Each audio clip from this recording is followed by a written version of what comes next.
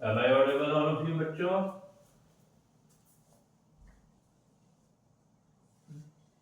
दरअसल आप में से कुछ लोग आके बोलते हैं कि उन्हें डिप्रेशन हो रहा है। अरे डिप्रेशन पता है किस कारण होता है? आप लोग फिजिकल एक्टिविटी में मशगूल नहीं होते। आप लोगों को होता क्या है कि आप लोगों को अगर एक काम दे दिया जाए तो आप जी भर के उसी में ही डूब पड़ते हो। अरे आपकी स्किल्स के लिए जितनी एक्टिविटी आपकी पढ़ाई में जरूरी है, उतनी ही एक्टिविटी आपको अपनी फिजिकल बॉडी के लिए भी उतनी ही जरूरी रहती है। उतना ही आपके लिए खाना पीना भी जरूरी है, उतना ही आपके लिए सोना भी जरूरी है, उतनी ही फिजिकल एक्टिविटी जरूरी है, उतना ही पढ़ाई जरूरी है। पढ़ाई का मतलब लोग दूसरे सेंस में ले लेते हैं। पढ़ाई का मतलब होता है स्किल्स डेवलप करना अपने अंदर। आप अपने अंदर जितनी स्किल्स डेवलप कर लोगे, आपकी पढ़ाई उतनी ही सक्सेसफुल होती चली जाएगी। चलिए इसी क्रम में हम आज की क्लास स्टार्ट करते हैं। सबसे पहले हम बताते हैं रंजीत खेड़ा एक जगह थी, वहां पर उत्तर वैदिक काल में लोहे की खोज हुई थी। उसके बाद वहां पर फिर 16 महाजनपद आर्यवर्त में क्रिएट हो गए थे, जिसमें पाकिस्तान की तरफ था काम्बोज और कांधार, और इधर की तरफ बिहार की तरफ थे ब्रजी, अंग, मगध,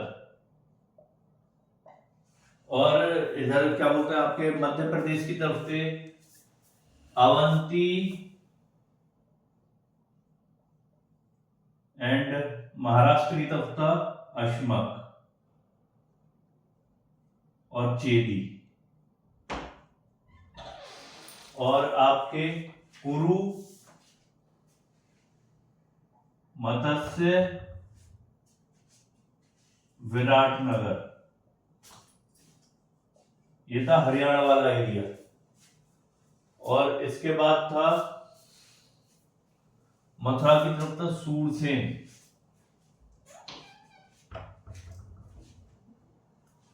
और सूरसेन के पास था वत्स,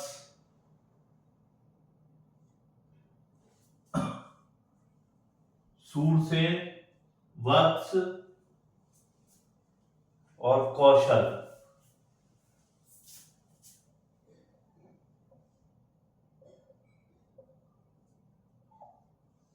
सूरसेन, वत्स, कौशल, और इधर था मल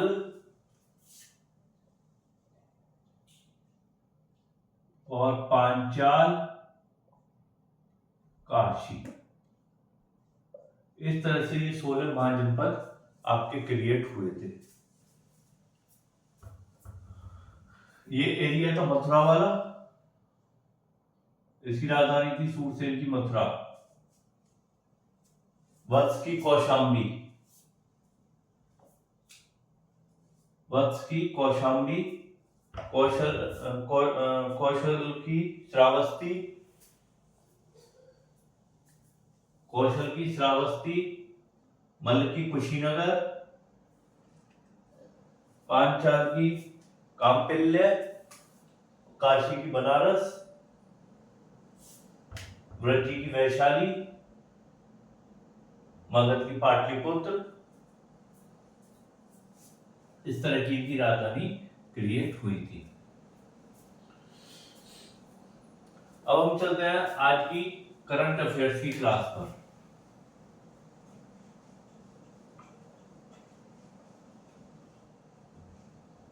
हमारी पहली सुर्खी कहती है कि धूम्रपान पर प्रतिबंध लगाने वाला पहला देश बना है मालदीव। मालदीव ने अपने यहाँ एक बेहतरीन ऑर्डिनेंस पास करा है, एक नया कानून लेके आए हैं। उसके अकॉर्डिंग 1 जनवरी 2007 के बाद जो भी बच्चा पैदा हुआ है उसे वहां पर ना तो ये क्या बोलते हैं, सॉरी, टोबैको से रिलेटेड, टोबैको धूम्रपान या टोबैको से रिलेटेड कोई भी सामग्री नहीं मिलेगी 1/1/2007 के बाद के बच्चों के लिए।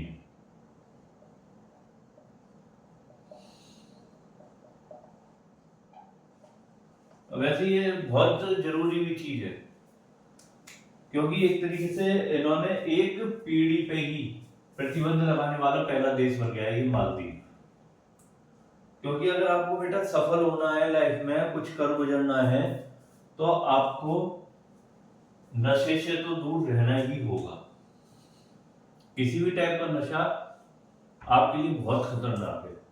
आपको तो 2 मिनट के लिए जो चीज, अगर आपको कोई चीज सुकून दे रही है 2 मिनट के लिए, तो ये समझ लीजिए उसकी कॉस्ट आपको बहुत ज्यादा चुकानी पड़ती है।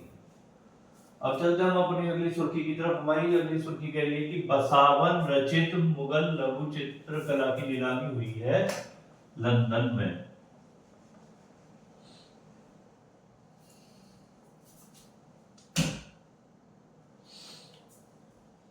ये बसावन कौन थे? बसावन थे अकबर के दरबार में एक चित्रकार थे बसावन। अकबर के दरबार में चित्रकार थे ये बसावन।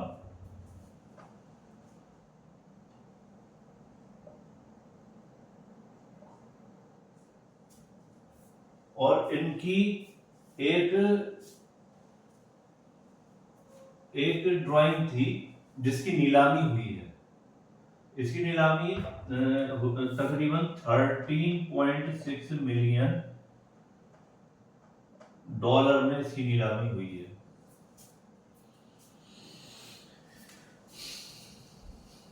तभी यहाँ जो भी एंटिक पीस था शायद वही नीलाम हुआ है। अब हमारी अगली सुर्खी कह रही है कि मिस्र में सबसे बड़े म्यूजियम का शुभारंभ हुआ है।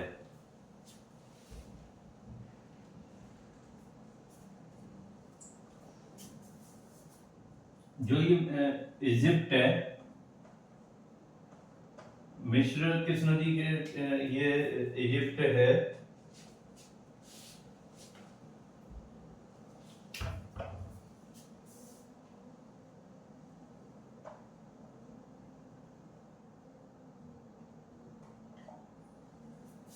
इजिप्ट में जो ये क्या इसे बोलते हैं, खूफू के महान पिरामिड,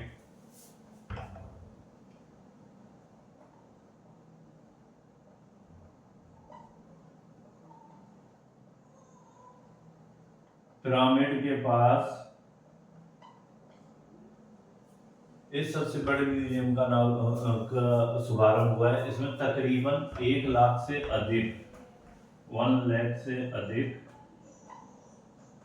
कलाकृतियां रखी गई हैं।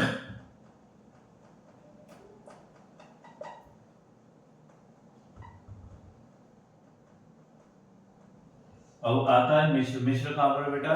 मिस्र है अफ्रीका में,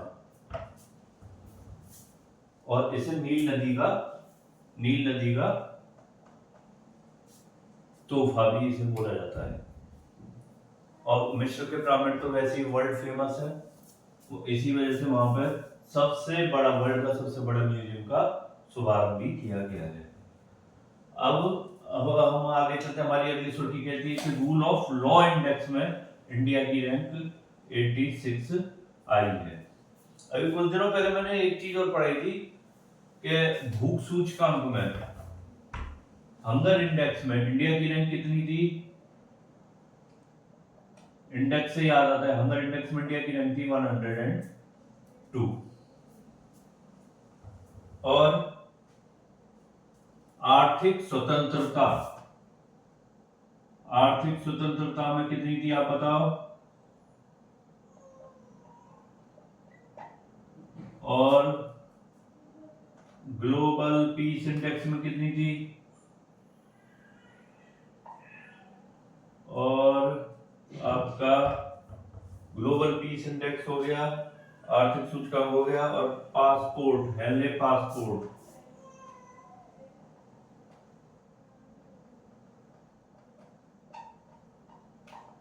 इसमें आपकी कितनी रैंक थी।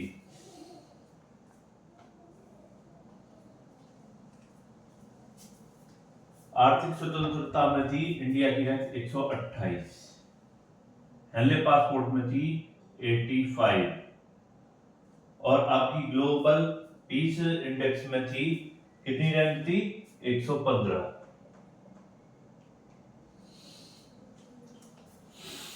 इससे रिलेटेड कई सारे सवाल एग्जाम्स में बनते ही बनते हैं बेटा।